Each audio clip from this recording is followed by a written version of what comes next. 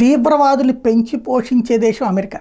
తన దాకా వస్తే మాత్రమే తిరగబడుతుంది, అప్పుడు అదే తీవ్రవాదుల్ని చంపేస్తుంది. దానికి సాక్ష్యం బిన్ లాడెన్ అనేవాడిని, అల్ఖైదాకి సంబంధించినటువంటి వాళ్ళందరినీ పెంచి పోషించిందే అమెరికా.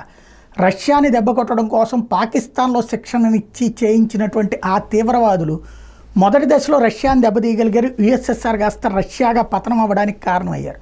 పని అయిపోయిన తర్వాత అమెరికా వదిలేసింది. మరి వాళ్ళు ఏం చేస్తారు? ఆయుధ శిక్షణ పొందినటువంటి వాళ్ళు తమ మత సామ్రాజ్యపు వాదాన్ని పెంచుకుని చేసినటువంటి దుర్మార్గాలు పెంచుకుని ఏకంగా అమెరికానే దెబ్బ కొట్టడం కోసం ట్విన్ టవర్స్ కూల్చేటప్పటికి తాము ఎలాంటి పాముని పెంచి పోషించారో అర్థమై దాన్ని దెబ్బతీశారు. అందులో భాగంగానే బిన్ లాడెన్ని చంపడం, అల్ జవహరీని చంపడమే ఇదంతా.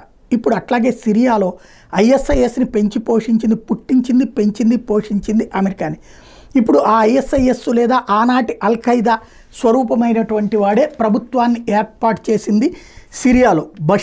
బషీర్ ప్రమాణ స్వీకారం చేసేశాడు. హయత్ తహ్రీర్ అల్ షామ్ ఏదైతే అసద్ నిరంకుశ పాలనకి తెరదించారంటూ ఈయన. మరి ఈ నిరంకుశుడు కాకపోతే ఏ కుశుడో తెలియదు.